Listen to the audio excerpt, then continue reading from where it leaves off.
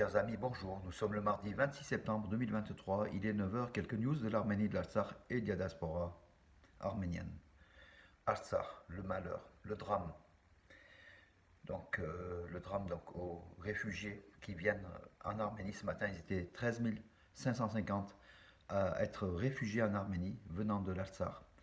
Mais le malheur a frappé l'Artsakh hier en fin d'après-midi dans une station, donc un dépôt de carburant, où les Arméniens qui voulaient venir en Arménie s'approvisionner, des centaines et des centaines de véhicules étaient là.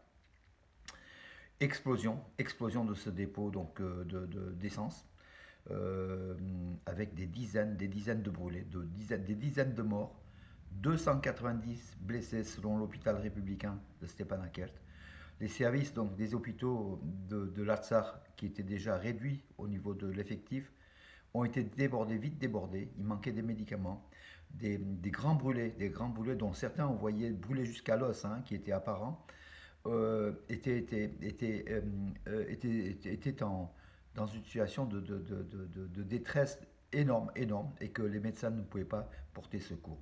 Donc certains sont morts dans la nuit, 7 sont morts dans la nuit, sans que les médecins arméniens puissent faire grand-chose, avec peu de moyens. Voilà. Des appels ont été lancés pour les médecins d'Arménie ce matin. Hier soir, ils ne pouvaient pas partir par hélicoptère du fait du temps. En fait, tout vient, vous savez, quand un malheur vient, en général, il ne vient jamais seul. Ils sont partis ce matin, les médecins portaient secours avec des médicaments, donc aux dizaines de blessés qui sont encore là, dont certains en état très très grave, brûlés au 4e, 5e degré. C'est énorme, voilà.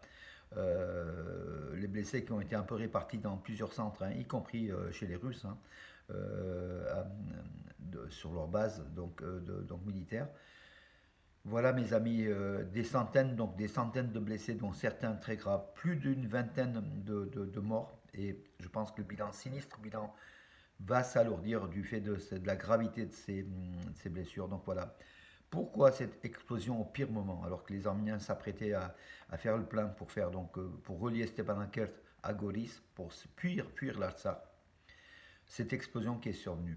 Alors, il y a un blogueur israélo-russe, donc Alexandre Lapchine, qui a quand même révélé que peut-être que l'Azerbaïdjan, qui a fait le plein, qui a fait venir, donc qui a alimenté ses dépôts de carburant, aurait installé un système d'une bombe en fait, guidée à distance, et qui a explosé au pire moment, là où il y avait le plus de monde. C'est une thèse qui n'est pas impossible, qui a été reprise par d'autres, mais ce n'est pas la thèse du complot. Avec l'Azerbaïdjan, criminel, tous les crimes sont possibles. Voilà, même au pire moment du peuple arménien, l'Azerbaïdjan pourrait faire cela pour que l'ensemble des Arméniens de l'Artsakh quittent l'Artsakh. C'est la volonté de Bakou. Donc voilà, tout est possible. On verra s'il y a des indices dans les heures ou dans les jours qui viennent. Mais en tout cas, aujourd'hui, ce sont à nos terribles brûlés, au nombre de 290 encore, qu'on pense, et à leurs familles. Voilà. Le malheur dans le malheur, les personnes qui étaient réfugiées, qui voulaient partir de l'Artsakh puisqu'ils étaient sans toit, qui ont été chassés de leur village, où il y a eu des exactions, il y a eu des crimes de guerre. Ils étaient à Stepanakert pour faire le plein. Donc le gouvernement de l'Artsakh avait autorisé à faire le plein gratuitement pour que les véhicules quittent l'Artsakh en direction de l'Arménie. Et là, l'explosion, le drame, voilà, qui vient se rajouter au drame, à la tragédie du peuple arménien de l'Artsakh. Voilà mes amis. Mardakert est complètement vidé, selon son maire, Misha Gurjan. La dernière colonne d'un millier de véhicules est venue à Stepanakert depuis Mardakert, en attendant de partir sans doute pour l'Arménie. Voilà, donc Mardakert est perdu. Mardouni sans doute le sera aussi, toutes les villes, Askelan, donc les villes de l'Artsakh vont se vider de toute façon. Voilà, la population ne désire pas rester sous le joug azéri, même si au Nakhichevan, lors de la rencontre hier entre Erdogan et Aliyev, le dictateur, les deux dictateurs, même si Erdogan a dit que le peuple arménien de l'Artsakh sera bien traité à l'intérieur de l'Azerbaïdjan, donc voilà, ils prendront les mesures pour que le peuple arménien puisse, en tant que citoyen azéri, vivre. Voilà. De fausses promesses. On connaît comment dirais-je, la barbarie de Bakou. Voilà. Et les Arméniens quittent l'Artsakh progressivement. Donc les 120 000 Arméniens vont progressivement sans doute quitter, peut-être la totalité, donc on verra l'Artsakh. Et les Russes seront obligés de quitter l'Artsakh, ils n'auront aucun alibi pour rester en Artsakh. Eux qui ont joué avec les Azéris, ils vont aussi être pris dans leur propre jeu. On verra. Il y a eu d'ailleurs à ce niveau-là un débat très très intéressant hier soir, durant pratiquement une heure, hein, sur France Info, qu'on a suivi, France Info, France 24, avec des intervenants brillants, voilà, qui ont expliqué donc carte à l'appui, donc tous les éléments durant pratiquement une heure, le, comment dirais-je, le drame de l'Artsakh, le drame de l'Artsakh. Voilà mes amis. Les écoliers de l'Artsakh sur le mur de leurs écoles, ont inscrit les noms de leurs collègues, camarades qui ne retrouveront plus. Voilà, donc les écoles ont fermé à Stepanakert et dans l'Artsakh aussi. Et ces écoliers se préparent à partir pour l'Arménie. C'était donc des moments, comment dirais-je, des moments très très douloureux de voir ces enfants écrire des mots sur leur mur de l'école en souvenir d'un souvenir qui restera sur place et qu'eux ils partiront et que sans retour, voilà, a priori sans retour. Hein. Voilà mes amis, l'ambassadeur d'Espagne en Arménie a visité les régions frontalières de Sunik. C'est une petite news qui, par rapport à tout ce qu'on dit, c'est pas grand chose. Hier, l'ambassadeur d'Iran, le nouvel ambassadeur d'Iran en Arménie a rencontré Pachinian et il a une nouvelle fois affirmé le soutien de l'Iran à l'Arménie et puis surtout l'intangibilité des frontières sud de l'Arménie. Car du Zankezour, le corridor de Zankezour, Erdogan et Aliyev en ont encore parlé hier.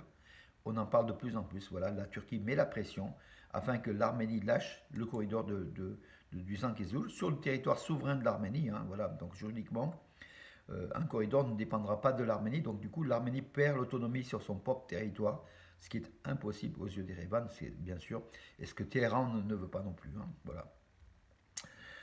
Samantha Power, la directrice de l'USAID, était en Arménie hier, donc elle a visité bien sûr le mémorial du génocide. Elle a aussi dit qu'elle a dit, donc avec un mot de Joe Biden adressé à Pachinian, je suis ici en Arménie pour confirmer le soutien décisif des États-Unis à l'Arménie. Voilà, donc de son côté aussi, la Russie est là aussi, puisque le ministre de l'Intérieur russe est arrivé hier, alors c'est un hasard, hein, en Arménie, le ministre de la Fédération le ministre de l'Intérieur de la Fédération de Russie, Vladimir Kolokov, est arrivé donc à Yerevan pour une fois signer un certain nombre de documents avec le gouvernement arménien et puis dire que la Russie est toujours là, qu'elle ne lâchera pas l'Arménie.